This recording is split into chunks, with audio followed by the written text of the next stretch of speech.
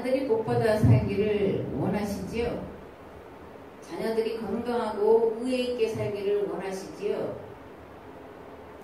그렇다면 오늘 말씀을 통해 이러한 복받는 비결이 무엇인지를 깨달으시고, 그래서 모든 성도들의 가정이 잘되고 장수하며 화평의 복 누리시기를 우리 주 예수 그리스도의 이름으로 축복합니다.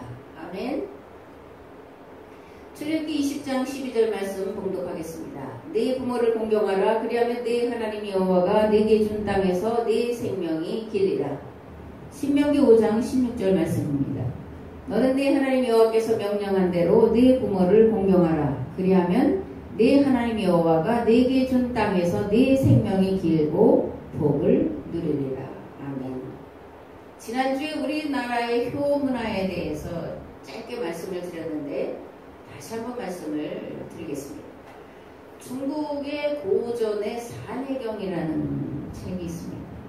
이 산해경에 보면 중국의 동쪽에 구이가 살았다 이렇게 말하는데, 구이는 동이족 또는 동인족의 다른 말이고, 조선, 좀 해뜨는 나라, 빛의 나라 뭐 이런 뜻인데 조선이라고 또 후한서에는 기록이 되어 있습니다. 또 고조선을 군자국 또는 군자불사지국이라고 불렀는데, 군자들이 사는 나라다. 유교라든가 유교 이전에 우리의 사상에서 추구하는 것은 군자입니다. 그래서 중국 사람들이 우리나라 사람들을, 특별히 고조선 사람들을 군자국에 사는 사람들이다. 또는 그래서 군자 불사지국이다. 군자들이 죽지 않는 나라다. 이렇게 높여 부르고 부로한 것을 고전에서 찾아볼 수가 있습니다. 군자국 또는 태평인, 태평양의 그 이름이 우리나라의 5대 명칭에서 따왔다고 했죠. 태평. 모든 사람들이 평화를 누리는 그런 나라가 고조선이었는데, 이런 고조선에 사는 사람들 동이족 또는 동인족 이렇게 불렀는데, 이 동이족의 특징 중에 하나가 뭐냐면 무덤 양식이에요. 적석청, 고인들 이런 걸 부르잖아요. 적석청은 이제 돌들을 이렇게 싸서 높이 싸서 만든 것이고, 고인돌은 이제 땅에다가 이제 그 시신을 묻은 다음에 돌 기둥을 세우고 그게 넓은 반석 같은 돌을 얹은 것이 고인돌인데, 이런 적석총이나 고인돌이 외곽 평평한 거는 적석총의 무덤 위에 사각형의 이제 그 집을 만들었는데 이게 향당이거든요. 이 향당의 그런 모습이 남아있는 게 이제 고인돌의 위에 올려진 돌이에요. 거대한 이제 돌입니다. 이건 무슨 용도냐면 하늘과 부모님께 제사 드리는 제단을 무덤 맨 꼭대기에 만들어 놓은 것이 이제 동이족의 무덤의 특징입니다. 우리가 이제 제사, 가톨릭이 들어오면서 제사를 없애는 이런 일들을 해서 굉장히 박해를 받았는데, 제사는 본래 조상을 신으로 섬기려고 한 게 아니에요. 이 제사 문화는 중국의 문화입니다.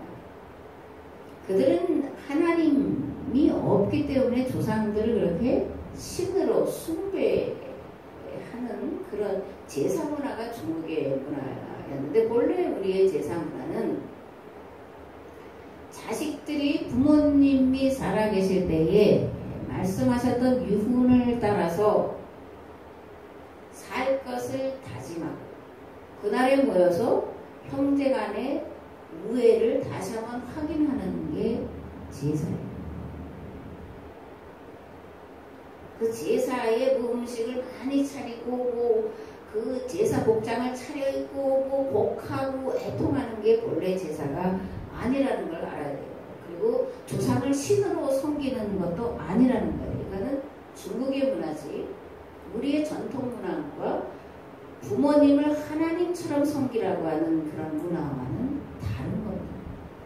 그래서 우리가 본래의 제사의 의도도 알아야 되고, 이제 교회는 수도 예배로 드리는데 수도 예배의 목적도 우리가 분명하게 이제 가르쳐야 됩니다. 제사 또는 수도 예배 드리는 걸 부담으로 억지로 이렇게 그것 때문에 싸우고 하는 그런 것이 아니라 정말 부모님의 사랑을 기억하고 가르침을 기억하고 우리 부모님이 안 계시지만 더 열심히 사랑하고 이해하고 행복하게 서로 살자 이런 걸 다짐하는 계기로 제사를 다시금 해석하고 그렇게 가르쳐야 됩니다. 우리 조상들은 본디 부모 섬기기를 하나님 섬기듯이 하라고 가르친 민족이고 그렇게 섬긴 민족입니다. 그런데 문제는 앞에서 말씀드린 것처럼 조상 숭배 사상이 조상을 신으로 섬기는 것으로 변형되고 변질돼서 제사 형식만 남은 의미도 사라진 그런 것이 오늘에 이르렀다고 하는데 문제가 있습니다. 송강정철은 이렇게 읽었습니다. 어버이 살아실 때 섬기기 다하여라. 지나간 후면 애달다 오이하리. 평생에 고쳐 못할 일 이뿐인가 하노라. 우리 문화의 특징 중에 하나는 살아계실 때 부모님에게 잘하라는 거예요. 돌아가신 다음에 잘하라는 얘기가 절대 없습니다. 살아계실 때 다 효를 다하라. 명심보감 효행편에는 이런 글이 있습니다. 시왈, 그러니까 시편의 가라사대 이런 뜻이에요.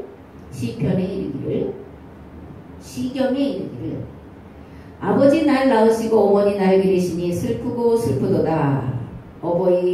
어버이시여 나를 낳아 기르시느라 애쓰셨도다. 그 깊은 은혜를 갚고자 할 텐데 넓은 하늘과 같이 끝이 없느니라. 자왈, 공자 가라사대 효자가 어버이를 섬길진데 기거에는 공경함을 다하고 받들어 섬김에는 즐거움을 다하고 병드실 때에는 근심을 다하고 돌아가실 때에는 슬픔을 다하고 제사 지낼 때에는 엄숙함을 다할지니라. 태공말 어버이께 효도하면 자식 또한 효도하나니 이 몸이 효도하지 않았다면 어찌 내 자식이 효도하리요. 이렇게 가르치고 있습니다. 그렇다면 성경은 부모 섬김에 대해 어떻게 말씀하고 있을까? 앞에서는 출애굽기 10계명과 신명기 10계명에서 부모를 공경하라고 하는 말씀을 함께 공독을 했는데 에베소서 6장에도 부모 공경에 대한 말씀이 기록이 되어 있습니다. 자녀들아 주 안에서 너희 부모에게 순종하라. 이것이 옳으니라. 네 아버지와 어머니를 공경하라. 이것은 약속이 있는 첫 계명이니 이로써 네가 잘되고 땅에서 장수하리라. 또 아비들아 너희 자녀를 노엽게 하지 말고 오직 주의 교훈과 훈계로 양육하라. 아멘. 사도 바울은 부모님의 말씀을 순종하며 공경하는 것이 약속이 있는 첫 계명이다 이렇게 말씀하고 있습니다. 그렇다면 그 약속은 무엇일까? 땅에서 잘되고 장수하게 하시겠다고 하는 하나님의 약속입니다. 아멘.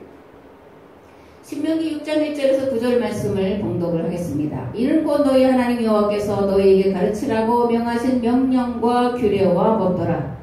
너희가 건너가서 차지할 땅에서 행할 것이니 곧 너와 네 아들과 네 손자들이 평생에 네 하나님 여호와를 경외하며 내가 너에게 명한 그 모든 규례와 명령을 지키게 하기 위한 것이며 또 네 나를 장구하게 위한 것이라. 이스라엘에 듣고 삼가 그것을 행하라. 그리하면 네가 복을 받고 네 조상들의 하나님 여호와께서 네게 허락하신 같이 젖과 꿀이 흐르는 땅에서 네가 크게 번성하리라.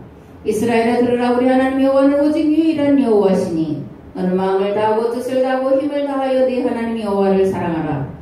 오늘 내가 네게 명한 이 말씀을 너는 마음에 새기고 네 자녀에게 부지런히 가르치며 집에 앉았을 때든지 길을 갈 때든지 누워 있을 때든지 일어날 때든지 이 말씀을 강론할 것이며 너는 또 그것을 내 손목에 메어 기호를 삼으며 네 미간에 붙여 표로 삼고 또 네 집 문설주와 바깥문에 기록할지니라. 아멘.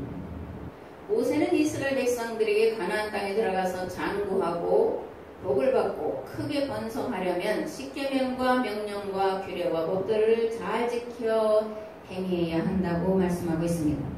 그리고 이러한 복을 받으려면 부지런히 자녀들에게 하나님의 법을 가르쳐야 한다고 말씀하고 있습니다. 그렇다면 왜 부모님의 말씀에 순종하며 공경하면 장수의 복과 부귀의 복을 누릴 수 있을까? 첫째는 생명의 창조 원리이기 때문에 그렇습니다. 모든 자녀들은 부모를 통해 생명을 얻습니다. 그러므로 부모님을 거역하는 것은 하나님의 창조 원리를 거역하는 것이요, 하나님의 말씀을 거역하는 것과 같은 것이 됩니다. 둘째로 하나님의 창조를 대행하도록 부모된 자들에게 위탁하셨기 때문에 그렇습니다. 부모는 하나님의 대행자 또는 하나님의 대리자입니다. 하나님의 창조 사역은 앞에서 말씀드린 것처럼 부모를 통해 이어져 내려갑니다. 그러므로 부모는 창조의 대행자요, 그리고 무엇보다 교육, 하나님의 말씀을 가르치는 교육자여야 한다는 것입니다. 사도 바울은 부모된 자들을 향해 이렇게 말씀합니다. 아비들아, 너희 자녀를 노엽게 하지 말고 오직 주의 교훈과 훈계로 양육하라. 부모에게 주어진 사명은 자녀들을 하나님 말씀으로 훈계하며 하나님 말씀을 따라 살도록 훈련시키는 데 있습니다. 부모는 말과 혀로 자녀를 양육하는 것이 아니라 오직 하나님의 말씀으로, 그 말씀을 삶으로 실현하는 모본을 통해서 양육을 해야 된다는 거예요. 자녀는 부모를 비추는 거울이다, 그런 말이죠. 아이들은 보는 것 같고 또는 안 보는 것 같은데 부모들의 그 행동을 아주 자세히 살핍니다. 그래서 유치원 교사들이 그 부모님이 어떤지 알면 알 수 있으려면 아이들을 말을 시켜보면 안 되잖아요. 그래도 자세하게 보고 들은 거를 말을 그대로 하니까 이제 그런 겁니다. 그렇다면 자녀들에게 부지런히 가르쳐야 할 하나님 말씀은 무엇일까? 계약법과 계약법 정신을 올바르게 가르치는 것이고, 말씀에 순종하는 삶으로 그 계약법을 지키는 것을 보여줘야 한다는 것입니다. 셋째로, 부모보다 더 나은 선생님은 세상에 없습니다. 아무리 못된 부모라도 자식은 올바르게 키우고 싶어하는 것이 인지상정이에요. 인지상정이라는 말은 뭐냐면 보통 사람들이 가지는 일반적인 생각이다. 모든 부모들이 가지는 일반적인 생각은 나는 비록 잘못된 삶을 살고 나는 비뚤어진 삶을 살았을지라도 내 자식은 올바른 그 사람들에게 필요한 세상에 유익을 주는 자로 자라기를 원하는 게 인지상정이다. 그런 거예요. 부모를 위해 희생하거나 형제를 위해 희생하거나 또 하나님의 말씀을 따라 희생하고 산다는 것은 쉽지가 않아요. 그런데 자식을 위해서 희생하는 건 본연지성이에요.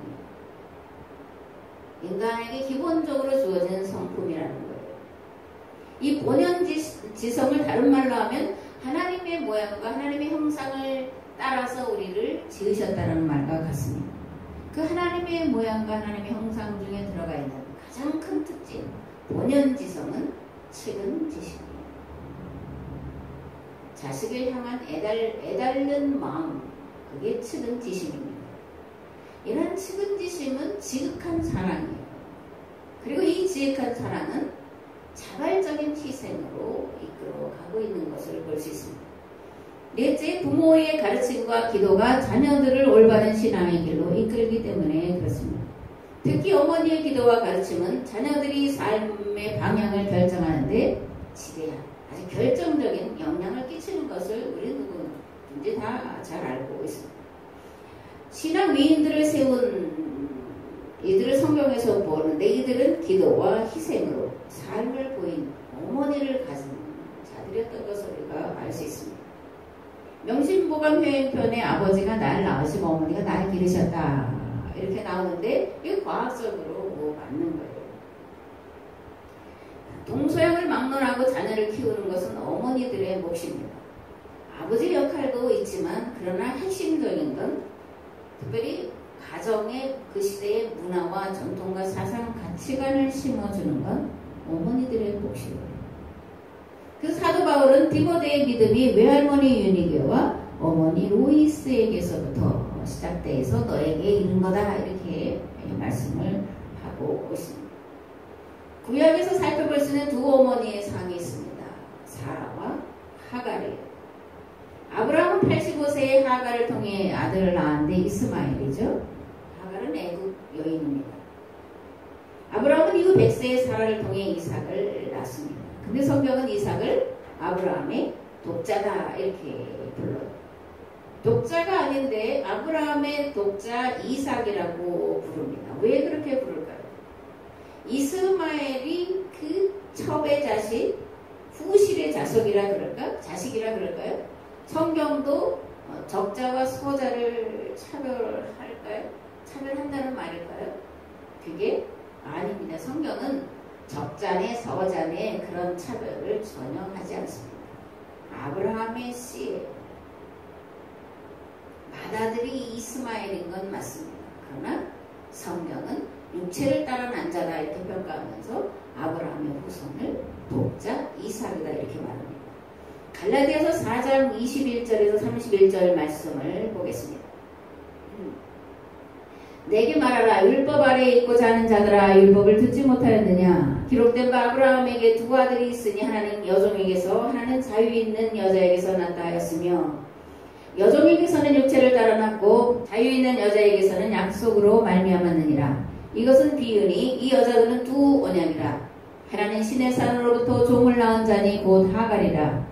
이 하갈은 아라비아에 있는 신의 산으로서 지금 있는 예루살렘과 같은 곳이니 그가 그 자녀들과 더불어 종 노릇하고 오직 위에 있는 예루살렘은 자유자니 곧 우리 어머니라.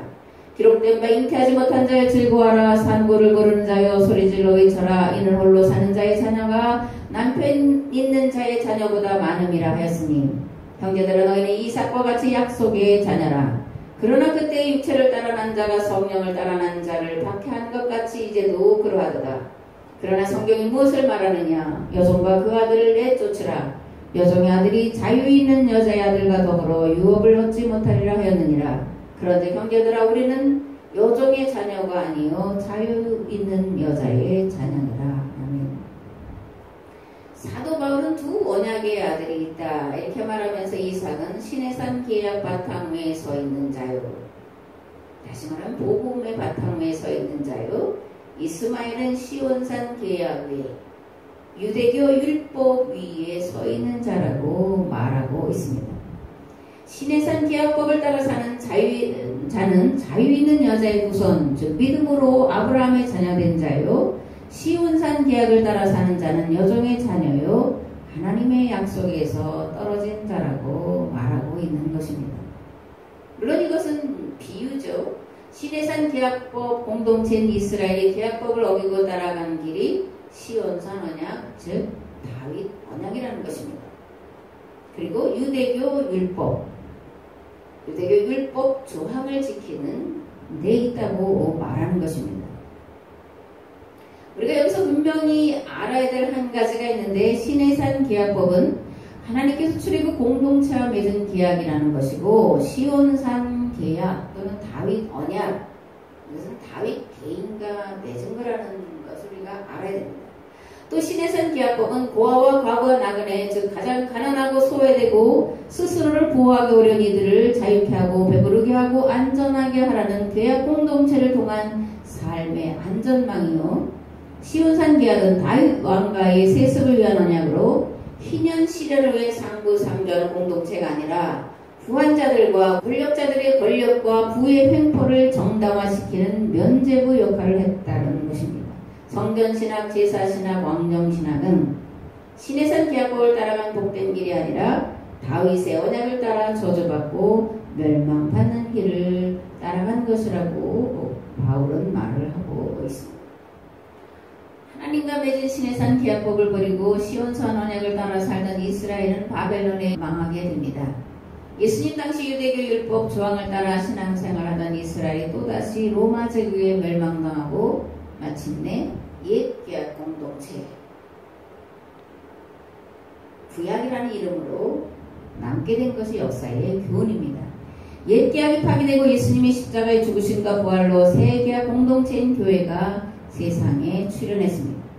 새 계약 공동체에 주어진 사명은 시내산 계약법, 즉 성경으로 돌이키는 것이요. 그것은 곧 희년이 실현된 거룩한 나라, 즉 하나님 나라를 이 땅에 실현시켜 세상을 구원하는 데 있었습니다. 아멘. 그렇다면 바울은 왜 사라와 하갈을 들어 옛 계약 공동체와 새 계약 공동체를 비유했을까요? 육체를 따르는 자와 성령을 따르는 자라는 것은 무슨 뜻일까요? 앞에도 말씀드린 것처럼 하갈은 애굽 여인입니다. 그런데 이 하갈이 아브라함을 따라온 것은 가나안 땅에 흉년이 들었을 때 이제 아브라함이 가족들 이끌고 애굽으로 내려갑니다. 그때 바로가 사라를 아내로 취하게 되죠. 가정이 파괴될 위기에 처했을 때 하나님 직접 개입을 하셔서 바로가 이제 사라를 돌려보냅니다. 그때 그냥 보낸 게 아니라 많은 재물과 그리고 종들을 딸려 보내는데 그 종들 중에 한 사람이 하갈이었지 않나 그렇게 생각을 합니다. 그렇기 때문에 하갈은 애굽 신을 섬기던 자요 애굽 문화에 젖어 살던 자입니다. 문제는 이런 애굽의 사상, 애굽의 신앙, 애굽의 가치관이 아브라함의 사상과 아브라함의 가치관, 아브라함의 신앙과는 정반대였다는 데 있습니다. 그러한 여인에게서 출발한 이스마엘은 아브라함의 장자임에도 불구하고 어머니인 하갈을 따라 애굽인의 길을 걷게 됐고 사라를 통해 난 이삭은 사라와 아브라함이 공유한 문화와 가치관, 사상 그리고 신앙을 본바가 살게 된 거죠. 성경은 적소를 차별하지 않습니다. 그렇게 종인 하갈에게서 났다고 해서 이스마엘을 쫓아내는 게 아니에요. 사라가 뭐 하갈과 경쟁심에 있어서 뭐 자기 아들 그냥 놀렸다고 해서 쫓아보내라고 하는 것이 아닙니다. 하갈의 신앙과 마음가짐 삶의 태도가 여호와 신앙과는 같이 갈 수 없었기 때문에 아브라함의 집에서 나갈 수밖에 없었다고 성경은 말씀하고 있습니다. 창세기 16장 4절과 12절 말씀과 21장 9절의 말씀을 통해서 하갈과 이스마엘의 단면을 우리가 볼 수가 있습니다. 창세기 16장 4절에 보면 아브라함이 하갈과 동침하였더니 하갈이 임신함에 그가 자기 임신함을 알고 그의 여주인을 멸시한지라. 16장 12절에 보면 내가 낳은 아들은 들나귀처럼 될 것이다. 그는 모든 사람과 싸울 것이고 모든 사람 또한 그와 싸울 것이다. 그는 자기의 모든 친족과 대결하며 살아가게 될 것이다. 창세기 21장 9절에 보면 사라가 본즉 아브라함의 아들 애굽 여인 하갈의 아들이 이삭을 노리는지라. 이렇게 말씀하고 있습니다. 이런 말씀들을 통해 볼 때 하갈과 이스마엘은 호전적이며 약자를 함부로 대했음을 알 수 있습니다. 이스마엘이 어린 동생을 놀렸다 그렇게 말할 때 재미있게 뭐 그렇게 했다는 얘기가 아닙니다. 희롱했다. 성희롱을 했다. 그런 의미가 들어있습니다. 멸시했다, 함부로 대했다, 업신여겼다, 남에게 동생이 웃음거리가 되게 만들었다. 이게 이스마엘이 어린 이삭을 놀렸다. 그런 말 속에 이제 들어가 있습니다. 이러한 태도는 평상시 하갈의 태도와 같았던 거예요. 그래서 이스마엘과 이삭은 같이 갈 수가 없었던 것이고 하나님도 이 하갈과 이스마엘을 내보내라고 말씀을 하신 것입니다. 그렇다면 하나님과 아브라함이 그 이스마엘에 대한 생각은 어땠을까? 창세기 17장 17절에서 20절 말씀을 보면 잘 나와 있습니다. 아브라함이 엎드려 웃으며 마음속으로 이르되 100세 된 사람이 어찌 자식을 낳을까? 사라는 90세니 어찌 출산하리요 하고 아브라함이 하나님께 아뢰되 이스마엘이나 하나님 앞에 살기를 원하나이다. 하나님이 이르시되 아니라 내 아내 사라가 네게 아들 낳으리니 너는 그 이름을 이삭이라 하라. 내가 그와 내 언약을 세우리니 그의 후손에게 영원한 언약이 되리라. 이스마엘에 대하여는 내가 네 말을 들었나니 내가 그에게 복을 주어 그를 매우 크게 생육하고 번성하게 할지라. 그가 12두령을 낳으리니 내가 그를 큰 나라가 되게 하리라. 이스마엘은 12아들을 낳았어요. 야곱이 12아들을 낳은 것처럼 크게 번성을 했습니다. 아브라함의 계대를 이삭이 이었다는 것은 단지 사라에게서 났기 때문이 아니에요. 자란 아브라함의 모든 인생길에 묵묵히 동행한 자요 아브라함의 의도를 잘 알고 그의 길에 동참한 자입니다. 아브라함에게 후사가 없음을 늘 안타까워하고 그렇게 하갈을 아브라함에게 후실로 주었던 거예요. 이거 쉬운 게 아닙니다. 네? 사라는 자기를 희생을 한 거예요. 그러나 하갈은 그렇지 않았습니다. 아브라함이 아이를 갖게 되자 사라를 함부로 대했어요. 사라를 멸시하고 무시했습니다.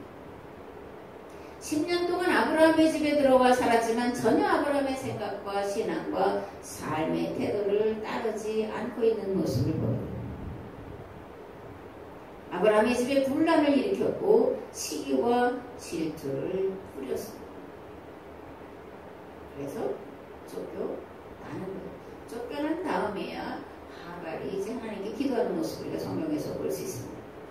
모든 어머니들의 자식 사랑은 분에 넘치죠. 그죠? 모자람이 없이 아주 넘쳐납니다. 문제는 그 사랑이 어디에 바탕을 두고 있는 거냐예요.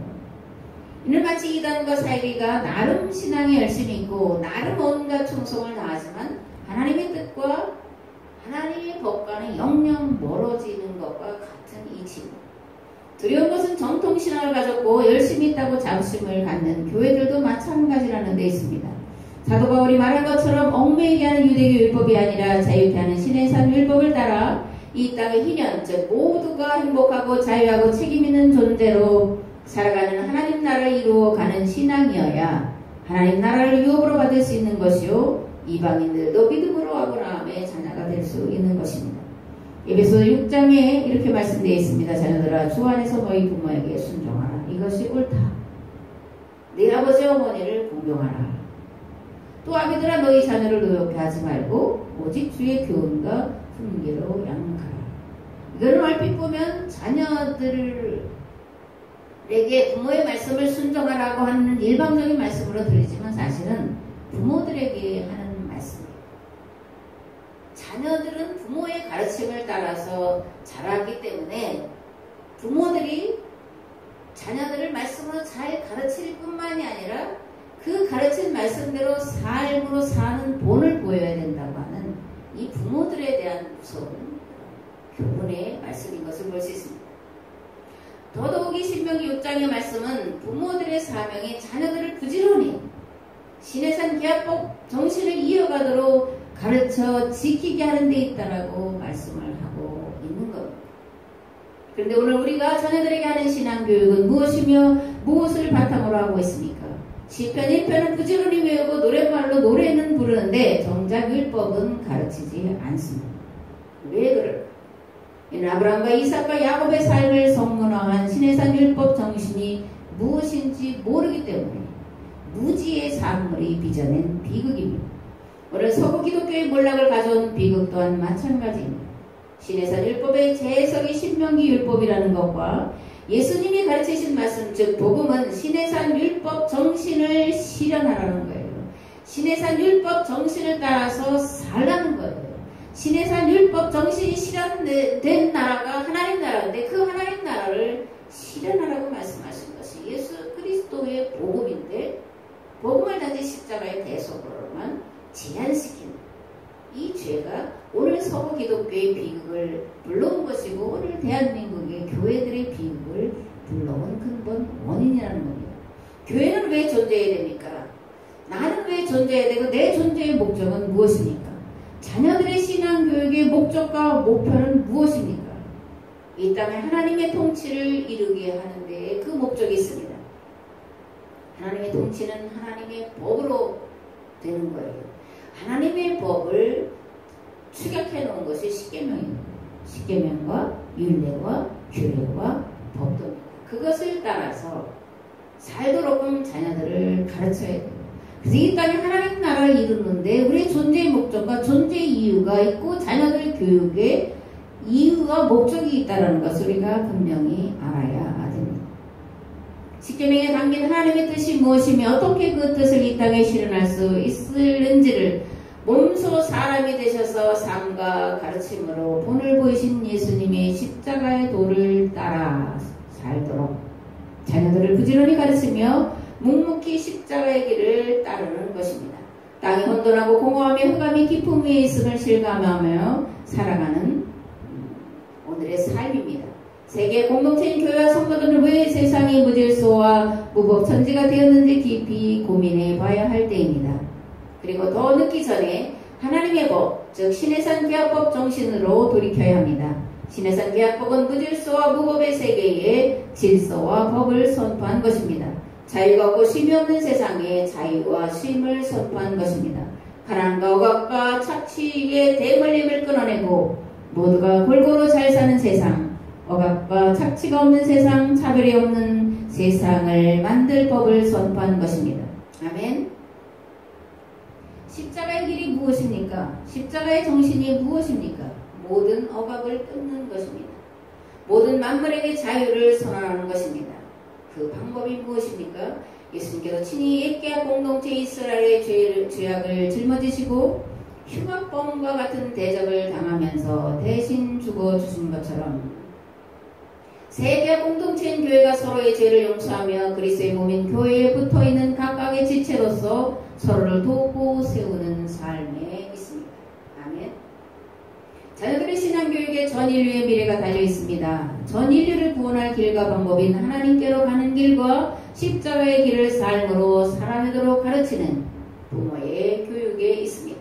빌립보서 2장 5절에서 8절에서 바울은 이렇게 말합니다. 너희 안에 이 마음을 품으라. 고 그리스도 예수의 마음이니 그는 근본 하나님의 본체시나 하나님과 동등됨을 취할 것으로 여기지 아니하시고 오히려 자기를 비워 종의 형체를 가지사 사람들과 같이 되셨고 사람의 모양으로 나타나사 자기를 낮추시고 죽기까지 복종하셨으니 곧 십자가에 죽으심이라. 아멘. 자녀들에게 십자가의 길을 삶으로 보여주시고 말씀대로 살아가도록 끊임없이 가르치셔서 우리 세대에 우리 자녀들을 통해 이 땅의 하나님 나라가 실현되게 하는 거룩한 일에 동참하시는 복을 받으시기를 주 예수 그리스도의 이름으로 축복합니다. 우리 주님 다시 오실 때 잘했다 칭찬받는 모든 성도와 자녀들 되시기를 주 예수 그리스도의 이름으로 축복합니다. 아멘. 이제는 길과 진리와 생명 되신 예수 그리스도의 은혜와 아버지 하나님의 무한하시고 극진하신 사랑하심과 성령님의 감화, 감동, 교통, 역사심이 부모된 자로서 자녀들을 하나님 말씀으로 잘 가르치며 그 말씀대로 살도록 본을 보이기를 결단하며 돌아가는 우리의 삶의 자리 위에 이제 부모님의 가르침을 따라 순종하며 공경하는 삶을 살기를 결단하고 돌아가는 우리의 삶의 자리 위에 그리고 이 나라와 이 민족 위에 이제부터 영원토록 함께 하옵시기를 간절히 축원하옵나이다. 아멘. 아멘.